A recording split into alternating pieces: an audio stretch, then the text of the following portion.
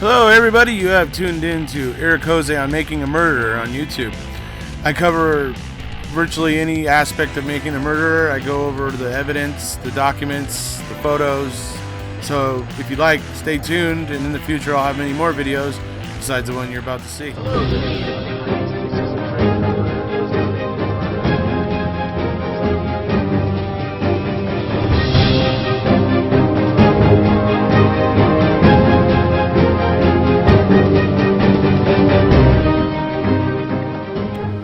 Out there, everybody, how you doing? Okay, I'm excited today. I get to bring some news about Brendan. You know, it's fairly big news in my opinion, and we can go through that while we're here talking today. But basically, a new paper has been written, which combines a professor of law at the University of Wisconsin and a speech pathologist who get together to analyze Brendan's confession, and for not just for Brendan's sake, but for the sake of all language challenged kids and even sometimes even young adults and stuff like that in the juvenile system, you know, the criminal and juvenile justice system, right? And it goes through a lot of things. I'm going to be showing you the first part here today, where they're basically just talking about why, you know, a speech, you know, pathologist is helpful in this situation, what they're able to interpret and all that sort of stuff. They refer to going under the hood in this interrogation, to where they're looking at the underlying, you know, motivations of the officers and that sort of stuff. So it's a very in-depth thing. It's 76 pages. I'm going through basically the first half right now, where they're talking about why it's a good idea for speech pathologists to, you know, become, you know, more involved in the criminal justice system and the juvenile justice system, and how they can help avert some of the atrocities like what happened to Brendan. And it's also a lot about how the judges and stuff, even at the en banc and even in the courts there in Wisconsin, who didn't appreciate what was in front of them, and they even had a report that listed the fact that Brendan had a deficiency, a disabled, you know, he's basically disabled because of his speech issue, you know, basically. Anyway, it's fascinating, but it basically goes through explaining, you know, why they're qualified to offer the opinions that they're going to offer, and then I basically stop right before they get to the beginning of their analysis. So this is very interesting, even in their explaining of what they do, why they're doing this, and that sort of stuff, which I basically took some of the high points. I advise everybody to read this thing. I'm going to leave the link for it down below. But it's very, very interesting stuff. So without further ado, we'll go ahead and get to it right now, the first thing. And okay, everybody, this is the actual paper written by Michael Levine and Sally Miles. I'll show you in a minute who they are. Was University of Wisconsin Law School Legal Studies Research Paper Series, paper number 1473, Under the Hood, Brendan Dassey, Language Impairments and Judicial Ignorance. So very interesting, obviously. You can tell they're going to be pointing at some interesting stuff. So down we go here. And here it is, the start of the paper, right? So, Under the Hood, Brendan Dassey, Language Impairments and Judicial Ignorance. Michelle Levine and Sally Miles. Okay, so if you look, or Michelle might be, anyway, down here, you see the little star right there, right? So you look down here for the star. It's JD, Distinguished Clinical Professor of Law at University of Wisconsin Law School. And then Sally here with the two asterisks, right? PhD, private practice and consulting speech language pathologist in Madison, Wisconsin. So she obviously understands speech and speech patterns and inflections and volumes and all the various things that happen when we are talking, obviously. So these are why these two particular people are, you know, qualified to offer this paper and talk about this, obviously, for those that might have been wondering. So just thought I'd point that out. Okay, introduction, Making a Murderer. In 2015, Netflix documentary Making a Murderer was a worldwide sensation. The 10-part series told the story of Stephen Avery of Manitowoc, Wisconsin, and his nephew, Brendan Dassey, who were convicted of the gruesome 2006 homicide of Teresa Halbach. The series actually it was in 2005, but it was at the end of 2005, and it would have been on most people's radar in 2006, but I guess I get what they're saying. But the series raised serious questions about whether the two were actually guilty or the victims of law enforcement malfeasance. Viewers were divided on Avery, with as many saying he was guilty as not guilty. Viewers were not nearly as divided, however, about Avery's 16-year-old nephew, Brendan Dassey. Brendan was developmentally delayed, special education student whose treatment by all parts of the criminal justice system, including his own attorney, was at best an embarrassment and at worst the direct cause of a grotesque, wrongful conviction. For many, the most disturbing aspect was the footage of eager law enforcement extracting a confession from Brendan in ways that were both comical and cynical. One commenter likened the interrogation to training a new puppy. The most memorable part of the interrogation came when investigators harangued Brendan about what had been done to Miss Halbach's head. Brendan proceeded to guess, cut off her hair, punched her, cut her throat. When he said he could not remember anything else, despite investigators' insistence, they blurted out, "All right, I'm going to come out and ask you, who shot her in the head?" Brendan replied, "He," as in Avery did. When asked why he had not told them, Brendan said, "'Cause I couldn't think of it." Later, after Brendan had confessed to raping and killing Miss Halbach, he asked if he could return to school because he had a project due in 6th hour. So, and that's one thing I've always pointed at, folks, right there, where Brendan said, "'Cause I couldn't think of it." And TikTok Manitowoc was just talking about this the other day on Twitter, too. He says, "I couldn't think of it." Not, "I couldn't remember," or something to that effect. It's because I couldn't think of it. That's what you say when you're trying to tell somebody, when you're guessing, or when you're guessing. That's when you would use that type of phrasing. And that's always been a real issue for me too. So anyway, that's the beginning of this paper. I'm going to go ahead and hit the high points, folks. A couple of the high points and stuff. I encourage everybody to read this paper on their own. It's very interesting, extremely interesting. I think both of these people know their stuff. This was tweeted out by Drizzen today, and I think I can see why, because it's brilliant. So obviously we'll go through some of the high points here, and you guys, I really do encourage you to check it out on your own. Alright, so that is basically laying out what their purpose is and that sort of stuff, right? So this next bit is going to be them basically pointing out basically the most egregious mistakes made by the investigators with Brendan. And I like the way they word it. They're, careful, I guess, in a sense, but they're also not holding back, and they're just saying, like, this is just horrible what happened, but it's because of ignorance and not being aware that this happened, and that's what they're trying to tell everybody. So it's very interesting. So all right, here's the next bit, and we'll come on back. We quickly concluded that the interviewing technique utilized by the law enforcement was a chaotic, unprofessional mess. Almost everything the two officers did in the course of interrogating Brendan violated the most minimal standards for interviewing any juvenile, but especially one with underdeveloped language and communication skills. They inundated him with verbiage, continuously asked multiple questions within a single turn, spoke in paragraphs, changed topics in the middle of an oration, asked hundreds of leading questions, and planted content thousands of times.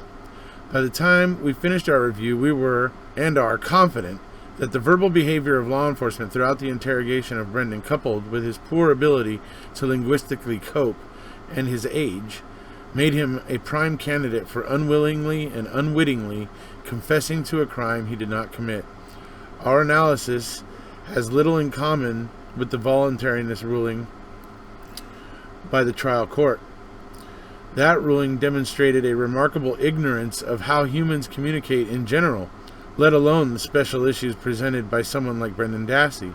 The decision instead closely parsed apparent promises of leniency to show that they were not actual promises of leniency, and noted that law enforcement did not yell and allowed Brendan to sit on a soft couch. The decision even suggested that Brendan was not really a special education student because part of his school days were spent in regular track high school classes. Tragically, this decision was the foundation for a long legal journey that ended in 2018 with the denial of certiorari by the U.S. Supreme Court. And there's probably a little bit more here, so here we go. Our approach is interdisciplinary and informed by our experiences and research in two different fields, law and speech-language pathology. While the legal community in the United States is just beginning to notice the speech-language profession, we have found that law and speech-language pathology are a natural fit. Co-author Dr. Sally Miles' clinical and research expertise in the field of speech-language pathology has allowed us to collect and analyze language data in ways not usually found in law. She has also provided clinical observations along with expert opinions of the type that a lawyer would rely on both in and out of court. This article will not rehash or reframe the material covered in pleadings filed in the state and federal courts on Brendan's behalf. Those motions and supporting briefs did a masterful job of describing the myriad of ways that law enforcement unambiguously fed Brendan, a child, specific incriminating details, promised leniency, and repeatedly lied about their superior knowledge. So these guys are great. That's their qualifications, though.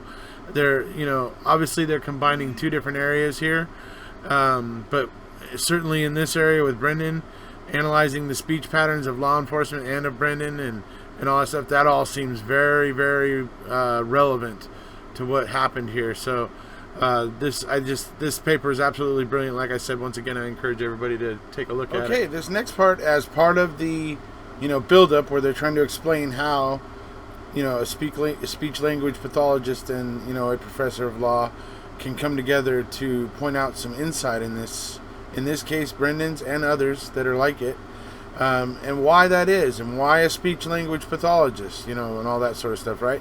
And that's what this next bit's going to kind of go over briefly. Remember, all throughout this, I encourage everybody to read this thing on their own. Obviously, it's great, but obviously I wanted to get people, their appetite whetted, because this paper could be huge, folks. This paper could be the paper that gets passed around in legal circles and in the judicial circles and stuff to help inform the future of how juveniles are interacted with in the juvenile justice system and the criminal justice system. So I think this paper could be very, very important, and at least it might inspire other papers like it, which will all become really important and really, really hopefully start that change we need for juvenile criminal law, and in the courts, essentially. So, okay, anyway, why a speech language pathologist? Here we go. Okay, so why a speech language pathologist? An unusual feature of this project is that it pairs a law professor with a speech language pathologist, SLP, a profession not commonly seen or well understood in the criminal or juvenile justice systems.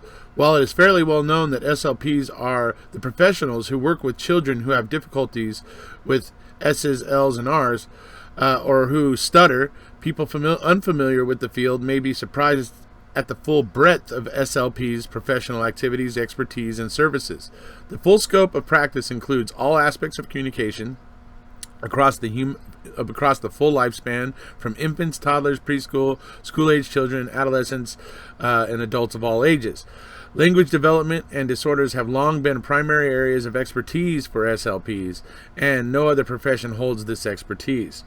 SLPs work predominantly with clients who have delays or disorders, many of which occur, as with Brendan, developmentally, i.e. not a result of an illness or a trauma. SLPs provide screening and discourse analysis to identify potential communications problems, full-scale evaluation and diagnosis, intervention/therapy, services, and counseling, and education for clients and their families and educators and other providers. In other words, an SLP is well suited for involvement in the criminal cases where a juvenile or an adult has has a suspected or already diagnosed language deficit. Just like Sherlock Holmes, a good SLP's business is to know what other people don't know and to observe what others cannot see. A good SLP will see under the surface into the underlying interconnected complexities of the communication and the cognitive systems and understand the significance of developmental processes. Seeing beneath the surface is especially important in this case because so much was decided or overlooked based on appearance of things. Brendan appeared to be functioning well in the interview. He appeared to understand. He appeared to agree to much of what the police said. The police appeared to be calm, appeared to be gentle, and appeared to be just asking the kid some questions as he sat on a comfortable couch. No one bothered to go under the hood because they thought they knew. They thought they could rely on common sense, but they did not recognize their own ignorance. They clearly did not know that their common sense would not serve in this situation. Once again, Sherlock says it best. You did not know where to look, and so you missed all that was important. So very interesting, this coupling of an SLP or a speech-language pathologist with a law professor to weigh in on what actually happened with Brendan, I think is brilliant. So like I said, this is a really brilliant paper, folks. I encourage everybody to check the full thing out on their own. But obviously we'll move on to some more of the high points. All right, so this next thing we're going to see from this paper is going to be them talking about how come we don't know this, or how come this isn't known or hasn't been realized yet, essentially. And what it comes down to a lot here is ignorance, right? Now, a lot of people think ignorance is a bad word. Ignorance isn't necessarily a bad word. Ignorance just means we don't know yet, or people don't know yet. And that's what it means to be ignorant. And sometimes ignorance isn't actually sinister. Sometimes ignorance is just, it just happens, New things are learned, and it takes time for it to spread out and really take hold, right? Okay, so that's where this is at, really. And so this paper, I think, could be huge, and I hope it gets passed around. I hope it gets looked at by lots of different, law professors and lawyers and people that work with juveniles in the criminal justice system and stuff.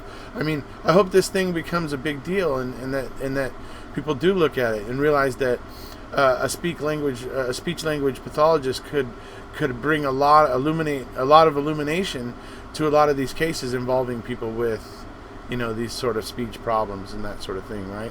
So anyways, they're going to go into a lot of the reasons why we don't know about this now. And all right, this section of the article is exploring the question of why don't we know this about, language pathologists and language development problems, right? So why don't we know this? So if language impairments can be so devastating to human development and have the potential to wreak havoc on due process, and if so many people who cycle through our criminal and juvenile justice systems have these impairments, why don't we know about this? Why are language impairments not common knowledge among criminal and juvenile law professionals?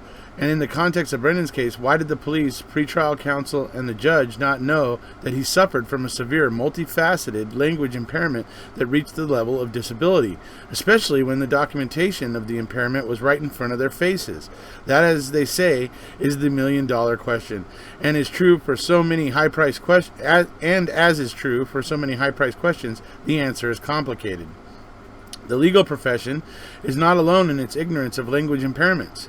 Despite decades of robust research, language impairments still remain relatively unknown outside of the speech-language profession, especially in the United States. And despite the fact that language impairments occur more frequently than other well-known disorders, there's little public awareness. A common refrain among speech-language professionals is that language impairments are the most common childhood disorder that the public has never heard of. One of the primary reasons for this anonymity is that language impairments are hidden. Unless an individual also has an articulation or speech problem, essentially, disorder, a language impairment will often not look like anything we recognize as a disorder. Instead, the impaired individual may appear as a person of few words or odd words, and this may be accompanied by excessive passivity, reluctance, or abruptness, which will simply be written off as personality traits, or in other instances as a behavior problem. Meanwhile, as an impaired child grows into adolescence and adulthood, he or she will learn to pass by developing techniques for masking communication deficits.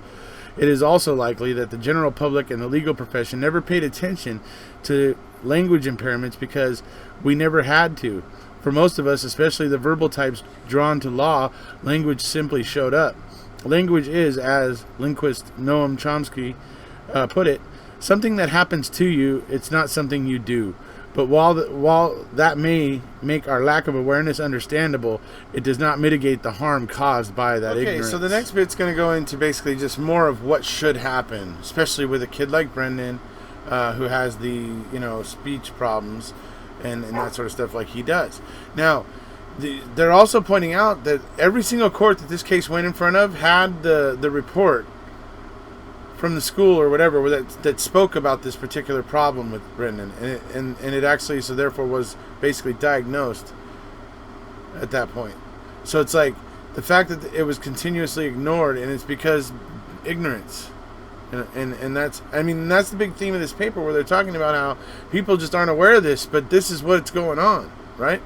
So this is very interesting stuff, obviously. So here we go, and we'll be back. When the person being interviewed is a child or an individual with any kind of cognitive or developmental delay, the need for best practices becomes even more urgent. Because of their underdeveloped language skills, these individuals are at greater risk for providing inaccurate information in response to memory cues or prompts. This, coupled with well-documented desire to say what they think the interviewer wants to hear, makes interviews with these individuals both high risk and high stakes. The risk is further complicated by the malleable nature of memory. Memories can be updated each time they are accessed. If memories are repeatedly accessed by inappropriate or carelessly executed verbal prompts, they can be easily corrupted. The first step to an accurate interview with any type of vulnerable individual happens before the interview ever starts. Pre-interview preparation and information gathering about the person to be interviewed are imperative. Speaking with teachers or parents and accessing records inform the interviewer about potential conditions that may affect participation in the interview. Well, that makes sense, doesn't it?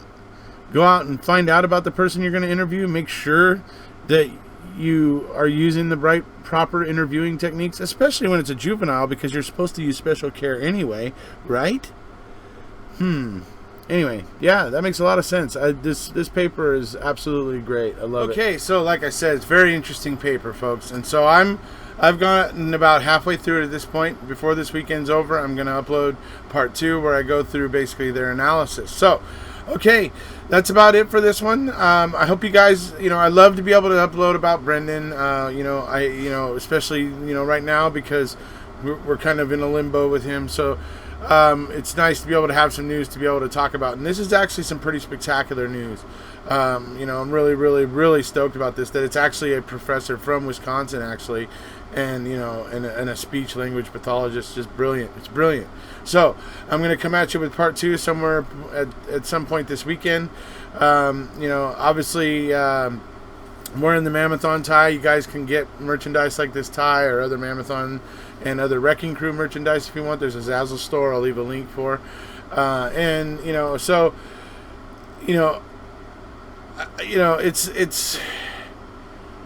It's really, really awesome that we were able to raise so much money for Brendan and Steven. Obviously, Brendan's over at the new prison where he's at, and now he gets to buy the meals, basically, essentially for the people that come to visit him and that sort of thing. He's able to download songs on his little iPad and that sort of stuff. So we're happy that he's able to. We're providing the ability for him to be able to get some really nice things to help ease his stay while he's there. Obviously, we hope it's a short one. Obviously, you guys should, if you haven't seen, I put up a video yesterday where I show all the money being that has been already put on Stephen and Brendan's books. You guys can go check out that video. You can see what the rules are and what we have to do and how we have to do it, essentially, and everything. But we're going to be completely transparent, and we're going to continue to show the receipts. And once we get to the point where we've put in the total amount, we'll obviously do the final donation transparency video to show everybody that all the money got where it was supposed to go, and just so that there's no reason out there for people to cause trouble or do anything like that. Look, the money's all going where it's supposed to go. I've heard some really weird things being said out there. Look, the money donated for Mammothon is all going to Stephen and Brendan. It has never been going anywhere else. If you hear other people saying those things, it's not true. It's not. And I can assure you guys, it's not true. It's not. All that money's going to Stephen and Brendan, and I will continue to show you that. So, all right. Anyways, that's where we're at today. Look out for part 2 coming this weekend. Probably got a couple other things going on this weekend. Look for a chat with me and Paul, Mark, and even maybe possibly Stacy might even pop in. Who knows? But look for that possibly this weekend. And anyway, so if you haven't already, please hit subscribe, and we'll see you.